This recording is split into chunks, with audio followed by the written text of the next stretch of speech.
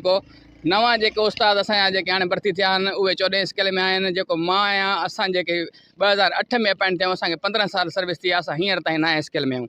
किथां जो इहो इंसाफ़ आहे? तालीम सां इहो सिधो सओ मज़ाक़ आहे। तालीम खाते सां सिधो सओ मज़ाक़ सम्झूं था असां।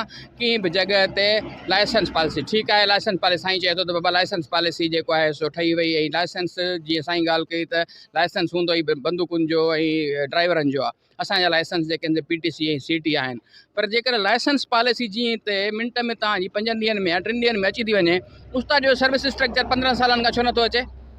उस्ताद जो सर्विस स्ट्रक्चर ऐं डेट ऑफ अपॉइंटमेंट खां जेकॾहिं चऊं था साईं असां ख़ुदारा सेक्रेटरी साहब पाण चयो आहे त मूंखे सम्झ में ॻाल्हि कोन थी अचे त तव्हांखे रेगुलर छो न ऑर्डर ॾिना विया, तव्हांखे कॉन्ट्रैक्ट बेसिस ते छो ॾिना विया? हाणे जेके बि नवां अचनि था उहे सभु रेगुलर बेसिस ते आहिनि। असांखे कॉन्ट्रैक्ट बेसिस ते जेको आहे सो अपॉइंट कयो वियो। हाणे असां चवंदा जेको कॉन्ट्रैक्ट वारो साईं पीरियड हुयो उहो त असांखे ॾियो न, उहो असांखे रिटायरमेंट में असांखे फ़ाइदो ॾींदो। असांजी उहा सर्विस साढा 3 साल छो काउंट कोन था कयो पिया? किथे बि पूरी दुनिया में ईअं कोन्हे को त तव्हां जेको एडा पीरियड आहे तव्हांजो कॉन्ट्रैक्ट पीरियड आहे उहो तव्हांजो काउंट थी वेंदो आहे।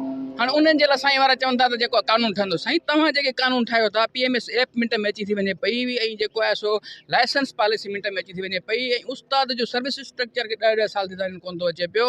ऐं उस्ताद जी जेका डेट ऑफ अपॉइंटमेंट जी जेका इनिशियल अपॉइंटमेंट जी जेका समरी आहे उहा तव्हां खां 16 साल थी विया आहिनि कोन थी ठहे पई।